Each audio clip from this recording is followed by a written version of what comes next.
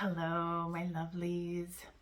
It is Serena here with Energy Alchemy, where we take the raw material of life and we make it better with intention and attention. Or maybe the other way around.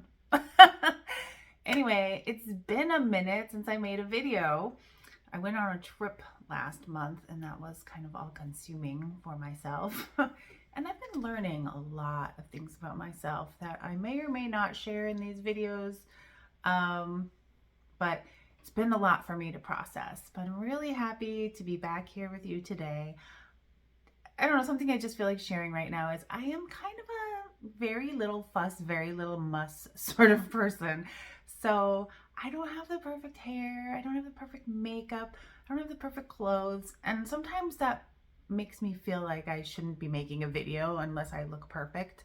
Obviously, I'm I'm pushing through that and doing it while not looking some version of perfect or like my own version of perfect.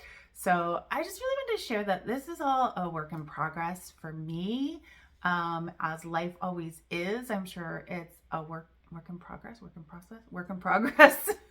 for you.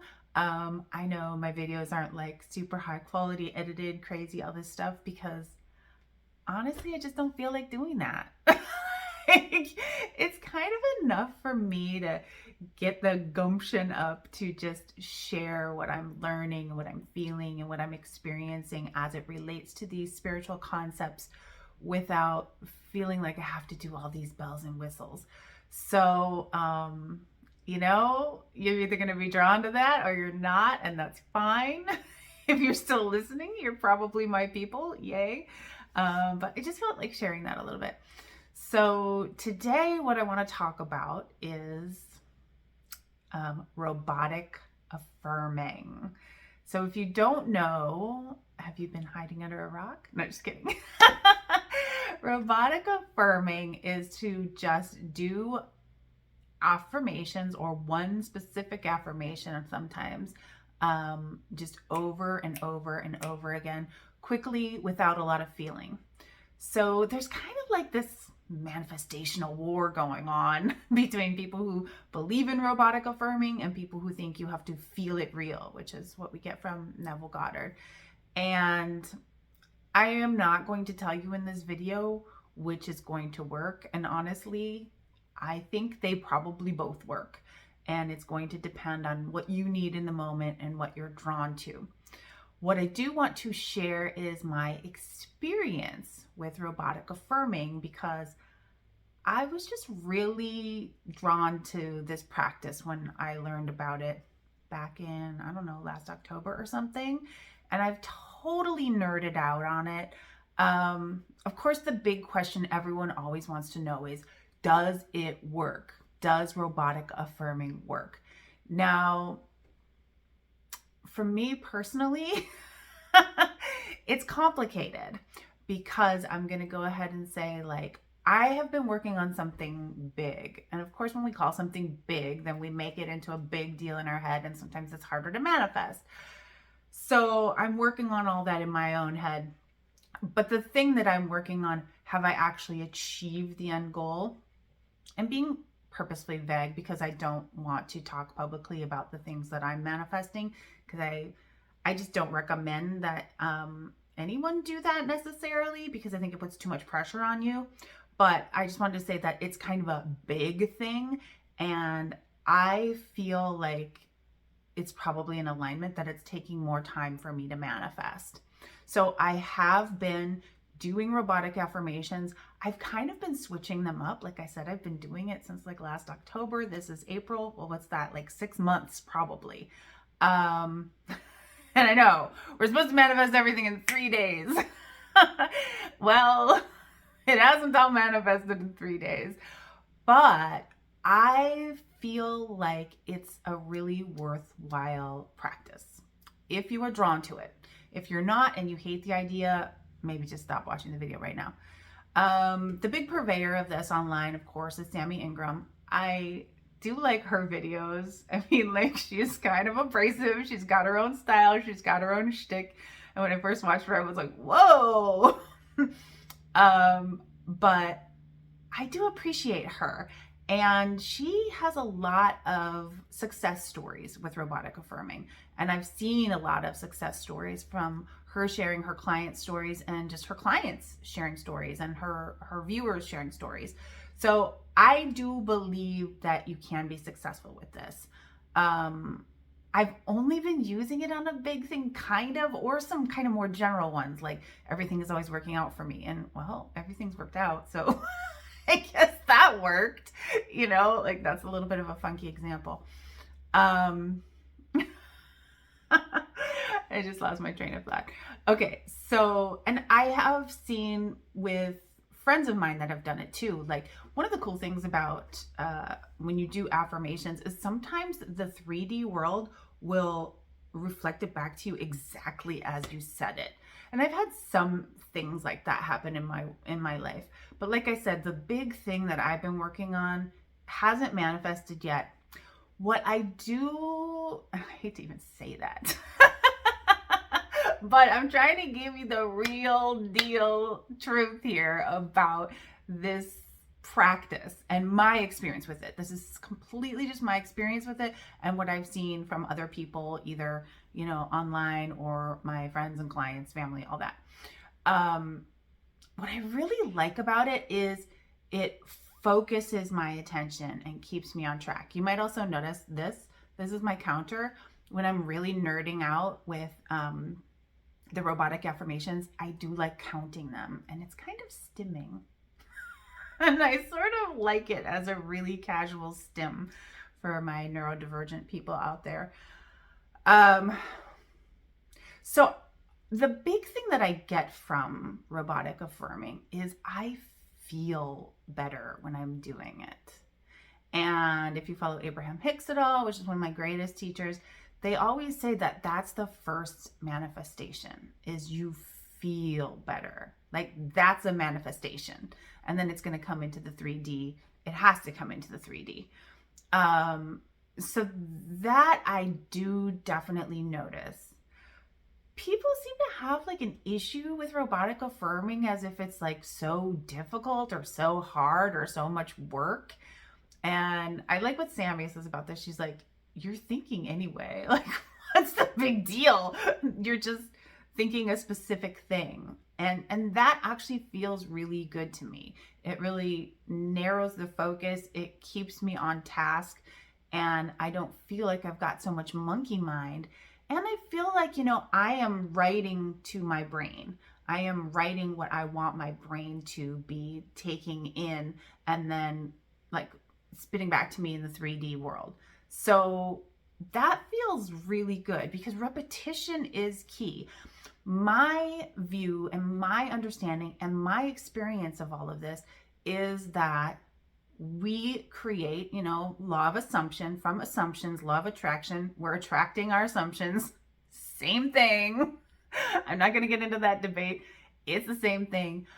But we create these assumptions and we create these beliefs that attract for us from repetition. And a lot of it we don't even know, because it's conditioning. So we're creating from the things that other people have repeated to us, whether it's family, our parents, school, churches, TV, billboards, magazines. You have to see something like 7 times minimum before you start to really take it in. But I think I don't know the science of this. I'm so interested in this stuff and I love to practice it, but I don't love the stats and the details. So you can look this shit up if you're interested in like how much the brain needs of repetition to take something in. I mean, we all know this even just from learning or being in school, how many times you need to have it repeated before it becomes ingrained in your brain, right? There was something else I was going to say about that, but I can't remember now what it was. One of the fun things that happens with robotic affirming is, after a while, if you've been consciously saying a specific affirmation, and especially if you're doing just one of the ones that I like to do, I'll give you one, is money is always coming to me. I'm so interested in money manifestation. That's like my big thing. For my astrology peeps out there, I have Saturn in Taurus. It is the work of my lifetime to be comfortable with resources and use resources well and attract resources and share with other people how to create more resources, and master that. That's really my Saturn work. So I like doing money manifestation, and just personally right now, people are always looking to manifest love or money, honestly. And I'm just not in the love thing right now. Anyway, what will happen if you are repeating this, any affirmation that you choose, whether it's about money or, if it's love, my SP is obsessed with me. That one always cracks me up. I actually don't want anyone obsessed with me. I am adored. I am loved. I am gorgeous. People appreciate me, whatever it is. If you repeat this over and over and over and over and over, I consider it writing it to the brain, like you're recording it into your system. At some point when you're not thinking about anything, it starts just playing in your head. And I feel like that's a really good sign, because that shows that, oh, I've gotten it in there. Sammy says we're just a big 3D printer. I think that's how she says it. Like whatever you put in, then the universe is going to 3D print it back. There's also studies that have shown that it takes 10,000 repetitions of something to create a new neural network in your brain. So like Sammy was doing these challenges where if you repeat to do 10,000 repetitions, and the counters are helpful for that. And I also have a counter on my phone. I didn't find that on the 10,000th repetition, streamers and balloons came down and I suddenly had my manifestation. I did not find that. But I like having something to shoot for. And also I feel like, okay, so you've created a new neural network at 10,000, according to this statistic, which you can look up. But you've still got all those other neural networks. I feel like it's getting the groove deeper. Like if you have other grooves that are deeper in your brain, you're going to default back to the thing that you've thought most often, or the thing that was ingrained in you when you were a kid, or, the thing that has a lot of triggering action for you, until you really, really, really get it in your brain. So I do like robotic affirming for that. I'm not saying I'm against Feel It Real. I think that has its place too. I think they can work together. I mean, that's how I am working on my manifestational goals. I don't pit them against each other, even though that seems to be a thing in the law of assumption community right now, which I don't know why you would do that. But I do really enjoy both the robotic stuff and when I'm feeling it real. And a lot of times, even when I'm robotic affirming, like I feel better. It shifts my mood. I think I mentioned that already. And that makes that's valuable, that is definitely valuable. One other thing I wanted to say before I wrap this video up.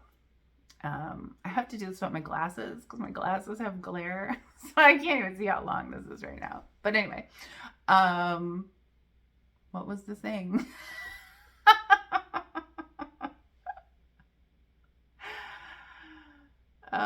The thing. Oh no. Am I going to have to learn how to edit because of this? So I'm just going to wrap it up. Tell me your experience with robotic affirming and what you think of it. And I'd love to hear success stories. Throw me some success stories in the comments if you've got them, or if you have any questions. I mean, it's a really, really simple practice. People do get kind of like all up in arms about it. I am also an astrologer and manifestation coach. I offer energy alchemy sessions that blend these things, as well as other energy work that I do in various systems, to help you get what you want. So check out the links below if you'd like to learn more about my sessions. I also have an Energy Alchemy Sacred Community, where for a very low fee per month, you can be in my Facebook group, and we have twice monthly meetings where I support you in getting more familiar with your astrology, and using manifestational practices. So Check out those links below. Hope you're having a great day, and I'll talk to you soon.